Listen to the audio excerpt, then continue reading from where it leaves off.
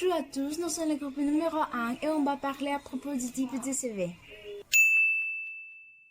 Premièrement, on a le CV chronologique. Et le CV chronologique, c'est avant tout un CV qui retrace votre parcours de manière chronologique, c'est-à-dire qui commence par évoquer les formations et études suivies avant les expériences professionnelles.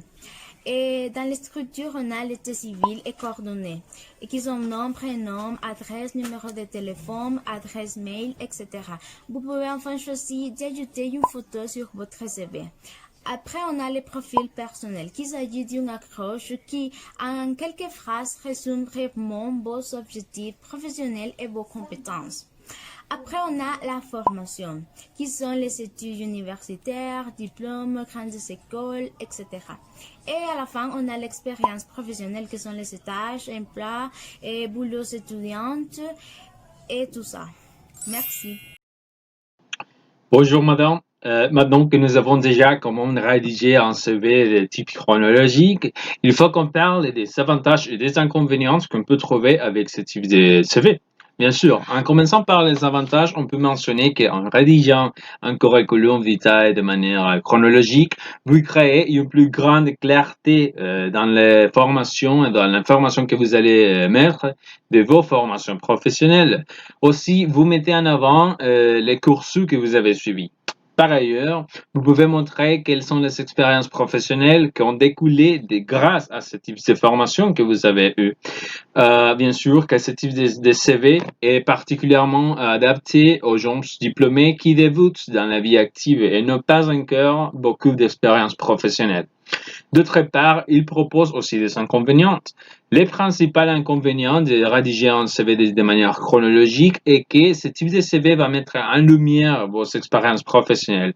Et si vous n'avez pas eu, ou si vous n'avez pas assez d'expérience professionnelle, cela va être souligné par ce type de CV. Bien sûr, comme j'ai déjà mentionné, ce type de CV est recommandé pour les gens diplômés qui commencent dans la vie professionnelle. Si vous avez, par exemple, plus d'expérience professionnelle que de formation, il est recommandé donc d'opter par un CV de type rétro-chronologique. Merci. Bonjour prof, je suis Franklin Diaz et avec mon collègue Giovanni, nous allons parler sur les suivants types de CV, les CV antichronologiques.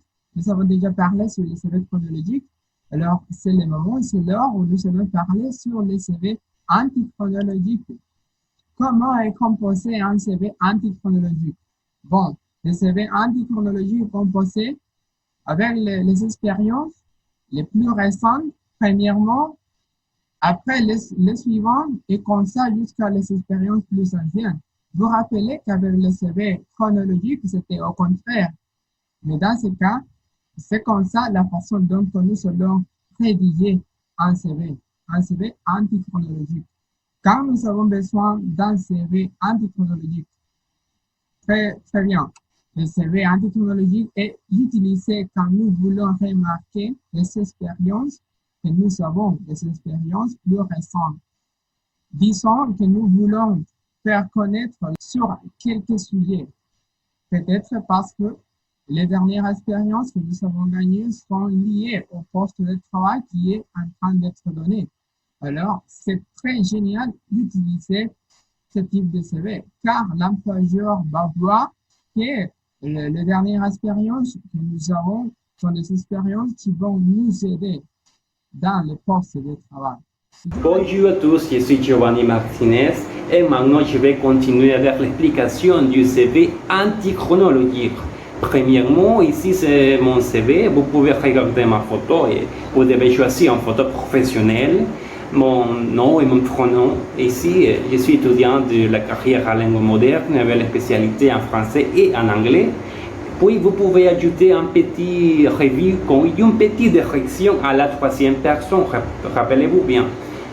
Et maintenant, on va continuer avec l'information personnelle, l'adresse, le numéro de téléphone, les courriers électroniques, le site web sur Facebook. Ici, l'information académique. Attention, comme c'est un CV antichronologique, il faut choisir l'information la plus récente. En ce moment, je suis étudiant de la carrière en langue moderne, alors je dois mettre cette information.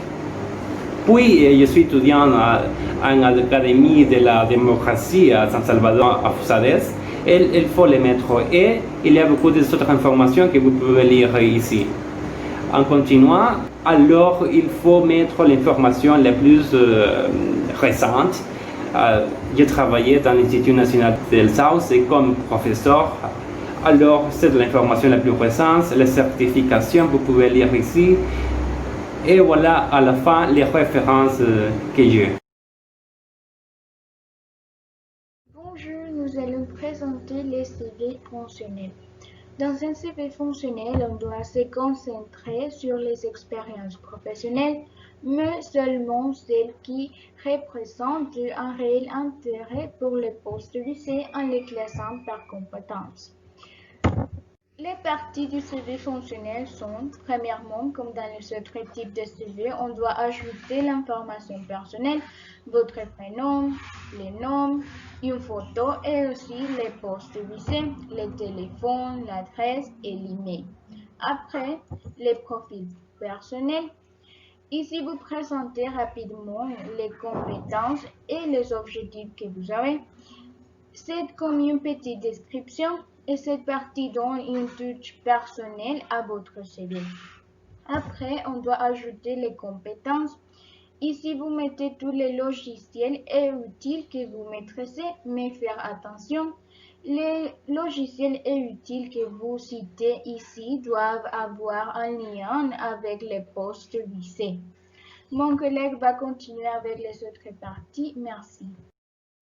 Bonjour madame, j'espère que vous allez très bien aujourd'hui. Je vais continuer avec les dernières parties du CV fonctionnel. Allons-y. Les réalisations. Ici, vous allez mettre quels sont les projets où vous avez participé, des projets visibles qui montrent votre capacité à agir dans les domaines professionnels où vous cherchez la poste.